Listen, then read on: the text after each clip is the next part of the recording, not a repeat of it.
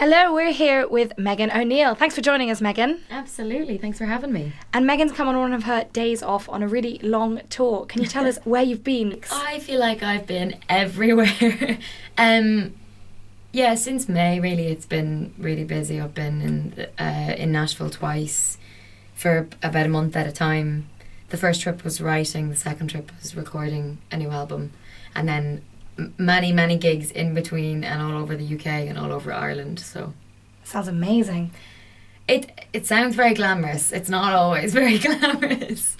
Yeah, I bet travelling with a keyboard and everything becomes quite hard. Yeah, and with a band, nice smelly boys and stuff. Oh, stay away. So for people who haven't heard your music, how would you describe your musical style? It's difficult. People always ask me that question, and it's kind of... we live in a society where everybody wants to box you into a genre, which is fine, which is totally understandable why people want to do that. I guess for me, it's... The new record is very Americana vibe, but my last record was kind of Americana blues, and the record before that was country pop. So I think I take influences from a lot of different places, but I'm gonna say Americana, and we'll settle with that for now. And what does Americana mean to you, or to listeners who might not have heard it before, as a genre? Is it a mixture? Americana, I think, how I feel about it is like the middle ground between country, pop, folk, and indie. It's like what's in the middle that doesn't necessarily fit into any of those genres.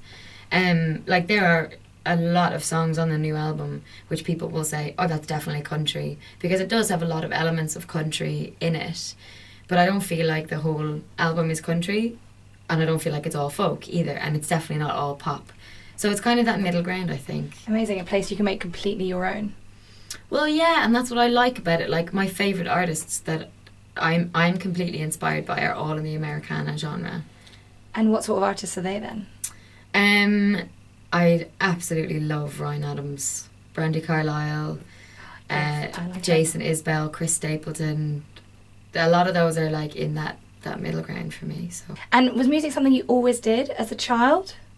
Yeah, I started doing musical theatre when I was a tiny little tot, and learning how to play piano and all of those things. And it was just always something that I absolutely loved. So. Was it through your family? Did you learn? Yeah, my mum is a musician. She plays guitar and she sings, and she's amazing. And her dad, actually, who I never met, but my granddad, he died when she was 17, and he was known like all over the part of Ireland where I live as just being a real crooner, real like Frank Sinatra type singer. So I think everybody used to say to me when I was younger, oh, you got it from Johnny Murphy, didn't you? So it's definitely ingrained in me, I think. But you went to university first. You studied psychology, is that right? I did, yeah. Wow. But you wanted to always be a performer, or did you do university to try and assess your options, see what's out there? I think, people say to you at 18 that you have to make a decision on what you're going to do with the rest of your life, and which I think is absolute BS. And I don't think that I don't think you can be sure of what you want. I knew that I really enjoyed performing, and I at that stage I was writing my own material, and I was in a rock band when I was 16, and then I was in an indie band when I was 17, and I was just like trying out loads of different things. But in Ireland we're really, really fortunate that third level education is free. So I was, a bold, brassy 18-year-old, and I said to my parents, I want to be a musician, like I'm moving to America, I'm just going to do it. Clearly not knowing anything about the world at 18. And my dad was like, no way. Like, you're getting a degree first because it's free. So go and get your degree. You can do music on the side while you're doing that, but go and do that first. So I got into psychology at UCD, which is an amazing university in Ireland. And I ended up getting a scholarship for singing. Amazing. Within like 3 weeks of starting uni, which was just hilarious, because it was like, that's not why I went there. But I ended up getting a really prestigious scholarship, which was actually classical choral singing, which I'd never done before. And they gave away like between 8 and 16 scholarships a year, usually closer to 10 they'd give away every year. So I spent the 3 years I was at university, like, traveling all over the world and getting amazing tuition in vocal singing and sight reading and all this type of thing. And that gave me a great grounding for when I finished. Definitely. Learning to be a whole musician is part of, being an artist. And then you went to Nashville, is that correct? I did, yeah. I graduated and then I booked a one-way ticket and everyone thought I was mental, which it kind of was a bit mental because I knew nothing about Nashville. I'd never even been there before. And I thought, like, I was going to get there and I could get around on public transport. Like, of course, it's going to be buses everywhere. It's going to be fine.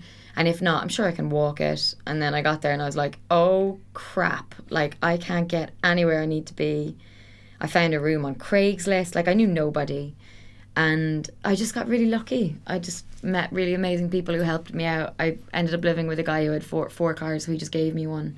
And I just got really fortunate. So, yeah, I was out there for about 2 years before I moved to London. Wow. And was it a completely different musical experience to Ireland, to the UK? Oh, yeah, it was a massive change. I mean, I moved there because I really wanted to learn how to write music. Right. And I figured there's no better place than that. Yeah.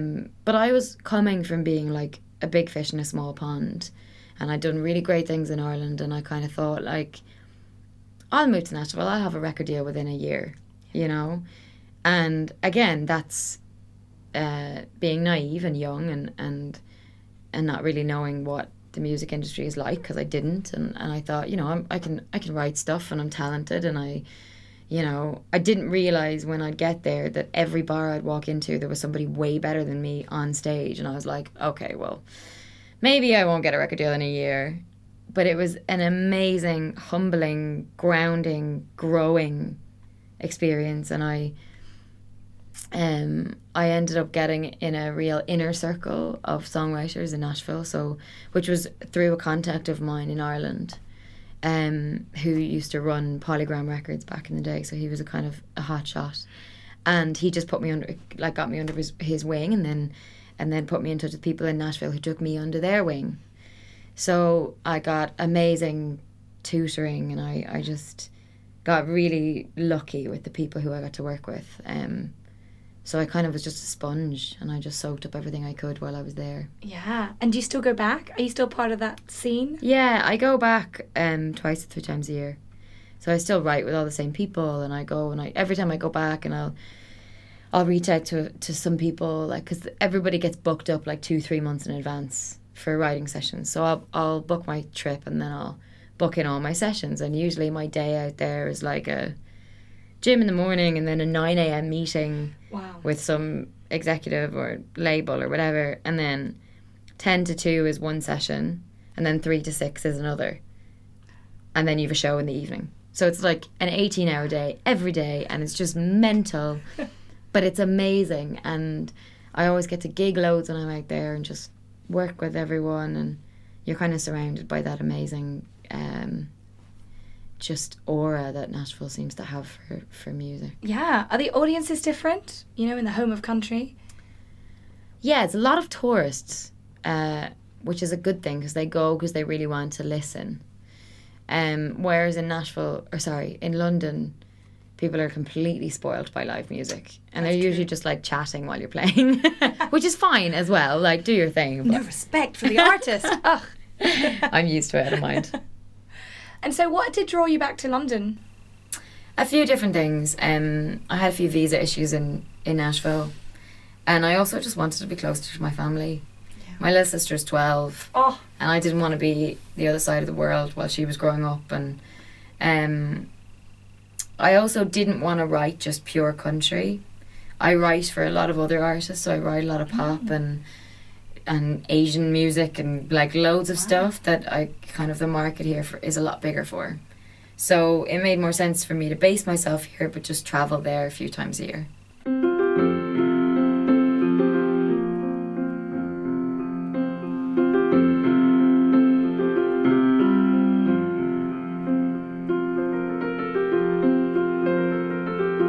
Like a leather-bound book with its pages torn out, like a storm with no thunder when the lightning strikes down, like an old country station without half of myself when I'm not with you.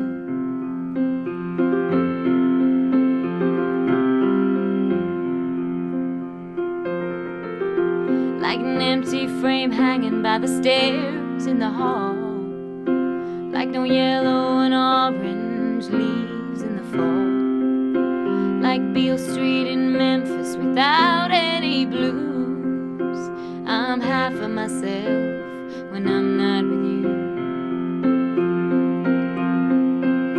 Through all these falls, I may be bruised but not broken,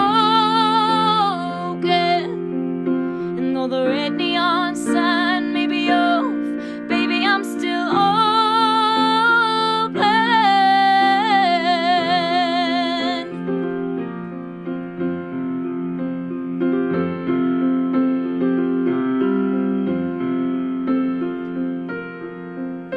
Like the cold, untouched side of our big double bed, like time running out with so much left unsaid, like the days I forget and brew coffee for two. I'm half of myself when I'm not with you. Through all these falls, I may be bruised but not broken, and though the red neon sign may be off, baby, I'm still open. And through all these falls, I may be bruised but not broken, and though the red neon sign may be off, baby, I'm still open.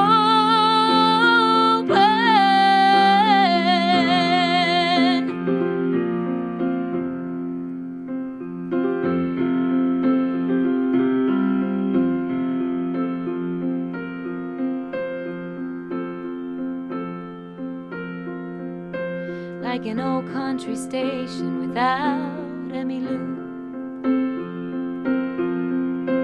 I'm half of myself when I'm not with you.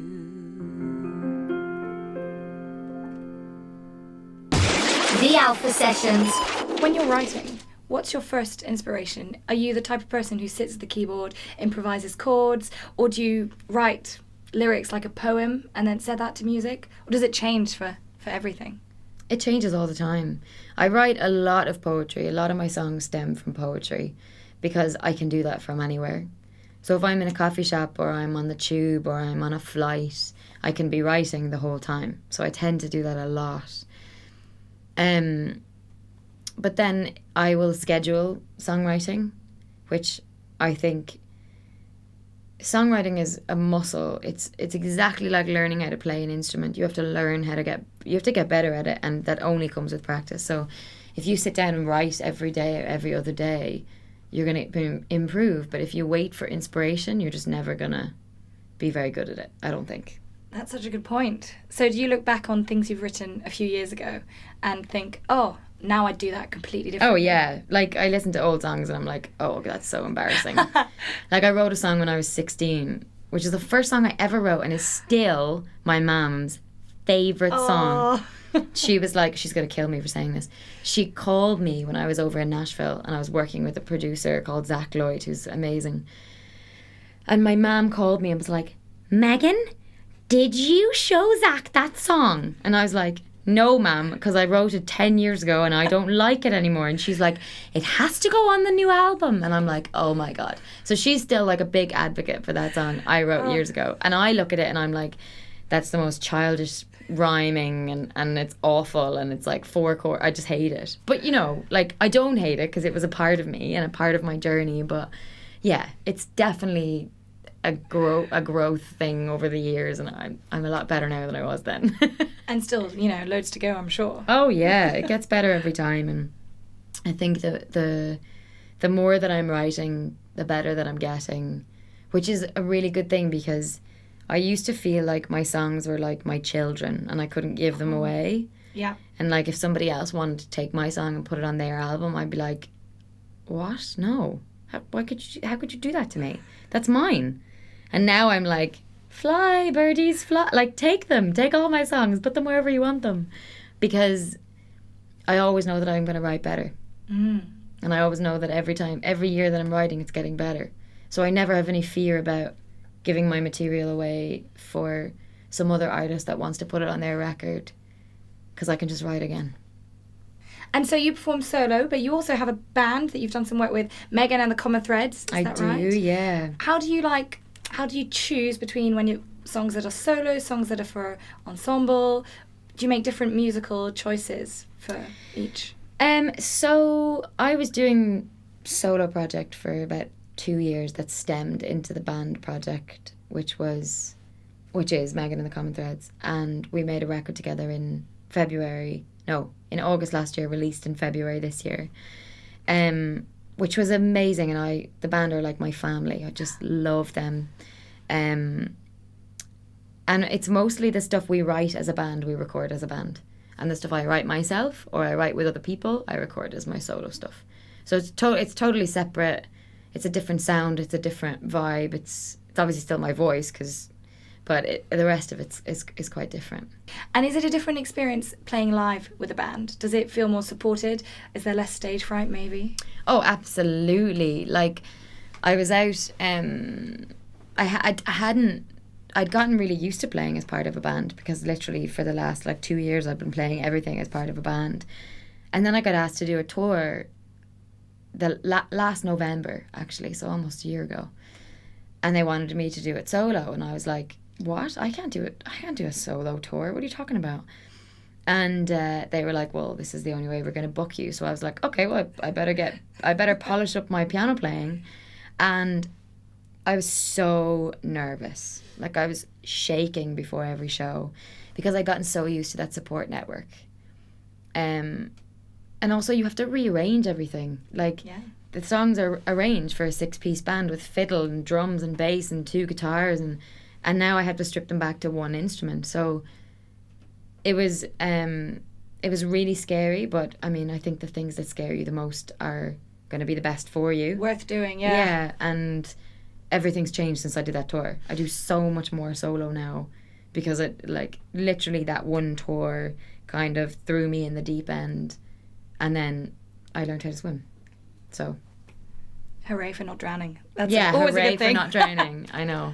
So you play keys, piano, we just heard you, and you play a little bit of guitar, obviously with your amazing voice. If you were to pick up another instrument tomorrow and you'd be instantly great at it, what would be your dream instrument? Well, first I'd like to be instantly great at the guitar. Okay. But second to that, I think it would be the fiddle. Oh yeah. One of my best friends who plays in the band, who played on that Megan and the Common Threads record that we did, is just like, every time she plays, like we recorded that record in British Grove Studios, which is Mark Knopfler's studio in London, and we were doing the record with Guy Fletcher, was the keyboard player in Dire Straits and has done all of Mark Knopfler's records over the years. And Guy has this amazing vision for when he's recording and what's going to work. And Mairead, who plays the fiddle, who's from Ireland, near where I'm from, it just wasn't working where she was playing it. So he got us all out of the room and put her in the middle of the studio, which is like this Eric Clapton was in there the day before us. Amazing. With like a 60-piece orchestra. So the room is huge. So he just put her in the middle, like this tiny little blonde girl in the middle, and we all sat out in the booth, the studio booth, and she was playing over one of the tracks, and we all cried, every single one of us, because she can just make that instrument sing. So if I could do that, I'd be pretty happy. I think you do it with the keys. Don't worry. Not as good as she does it with the fiddle, believe me. Is recording in a place like that, is it stressful because you have to go over things, or you think of new ways to express, even one just line of music, rather than a live performance where you give it one best shot? We did the record live. Ah. Yeah. So we did everything live that day. We had like a 16-hour day where we just kind of like went for it. And then we went to Guy's home studio to do overdubs and stuff like that. So I think when you're making a record, the stuff was all, well, in this particular case, the stuff was all ready. And we had done so much rehearsal before going into studio that we kind of knew what we wanted. So it was okay. It was actually then, like, by the time you get to the point where you're recording, you're like, all the hard work is done. Let's just enjoy it and just play and just, you want to capture the energy more than anything. So that was our aim.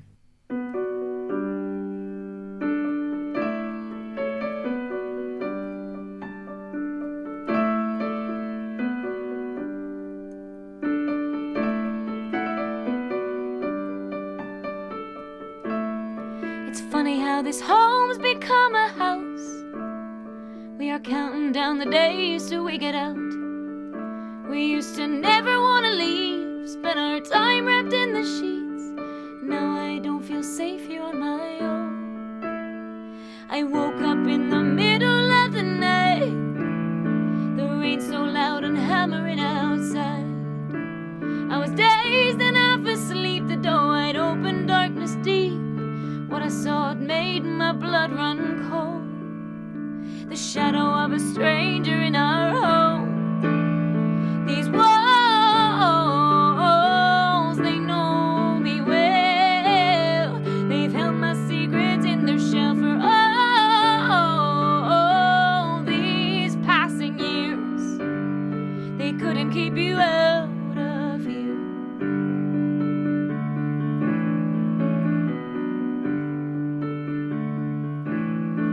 Cursed fool, my God, what have you done? With broken glass you've broken up our home. With bitter steps we leave all our twisted memories, and you won't even think about us twice.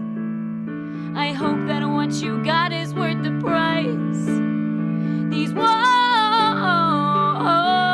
they know me well. They've held my secrets in their shell for all these passing years. They couldn't keep you out of here. Those dark eyes are with me in my sleep, and when I wake they walk these streets with me. Underneath my skin and in my blood, this home that I used to love so much. These walls, they know me well. For all these passing years. These walls, they know me well. They've held my secrets in their shell for all these passing years. They couldn't keep you out of here.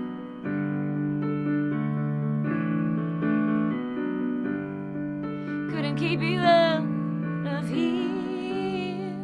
Couldn't keep you out of here.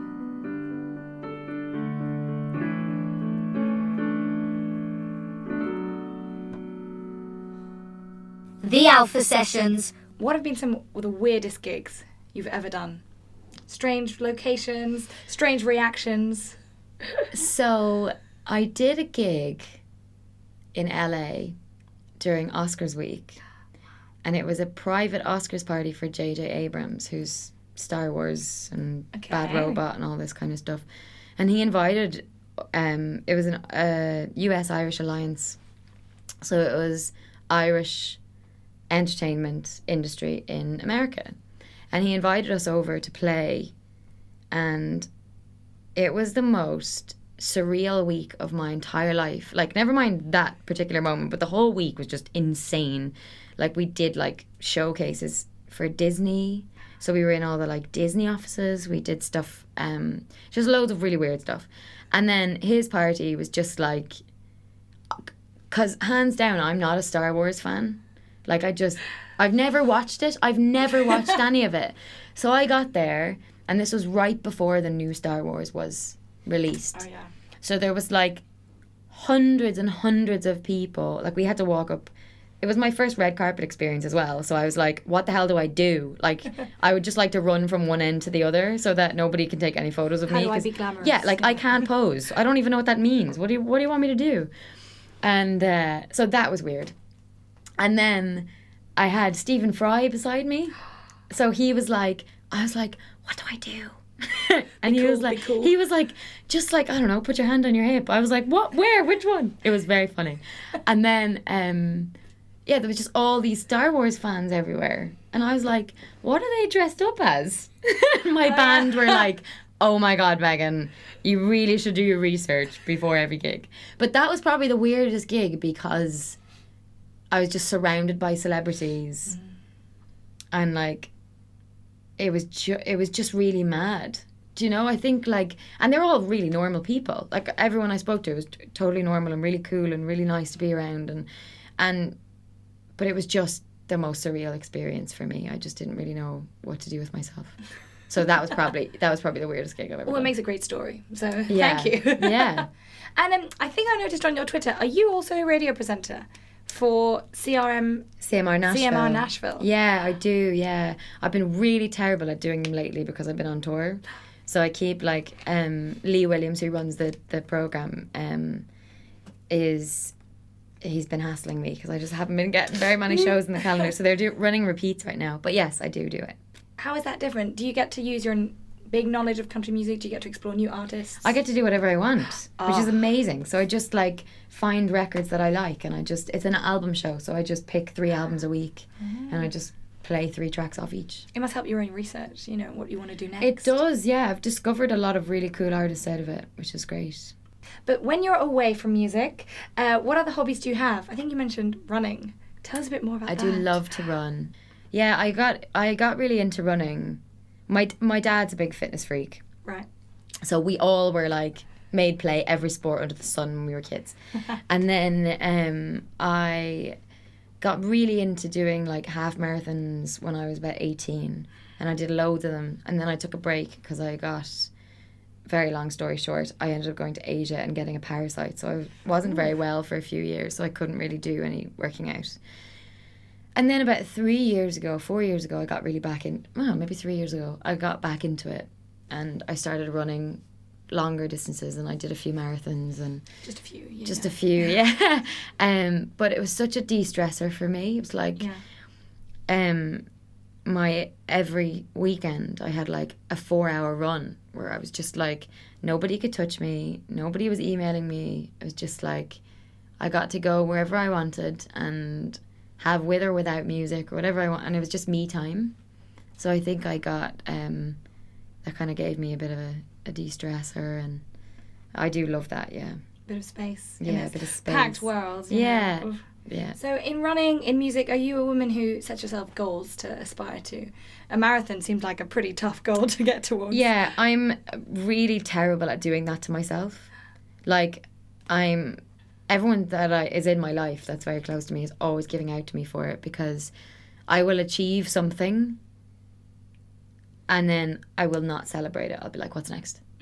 Like, and I think that keeps me achieving in a way. Yeah. Like, I haven't even released my album yet, and I'm already want to make a new one. Yeah. I'm like, but I have all these other songs I want to get, and it's like, that's great because it keeps me moving forward, but it's also, I have to kind of learn, I guess, how to like actually stop and sit back and have a glass of champagne and be live like, in the moment. Yeah. But I definitely am always kind of thinking 10 steps ahead of where I am. What's next? So 10 years away from where you are, where can you see yourself?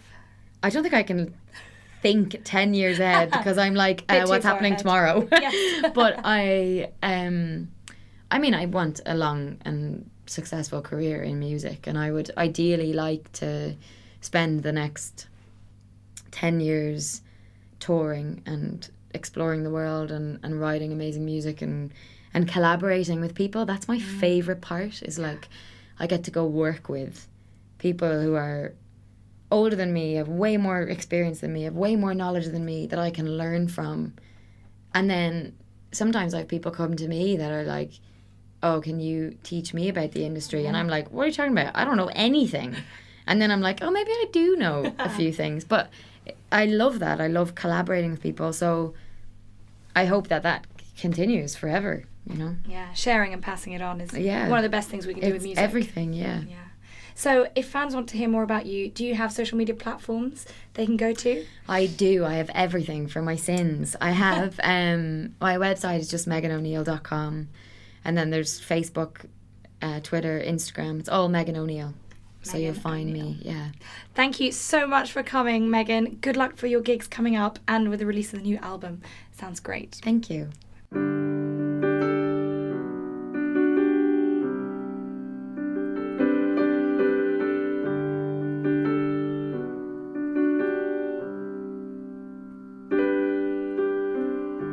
The way you carry me when I'm weak, the way you listen when I speak, who I've become through everything you do. That's why I need you.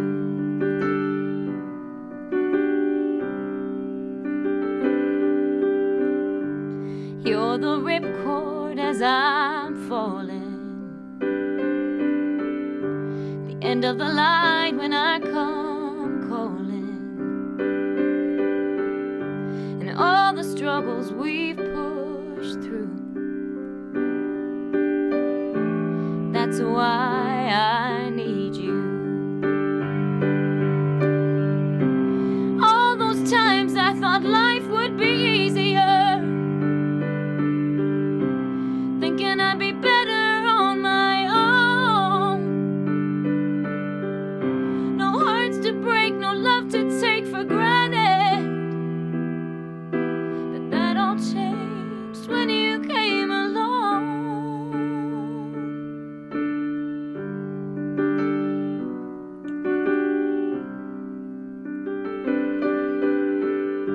The way you put your arms around me, kiss my tears when I need to cry. You make me feel there is nothing I can't do. That's why I need you. All those times I thought life would be easier, and thinking I'd be better on my own. No hearts to break, no love to take for granted. But that all changed when you came along.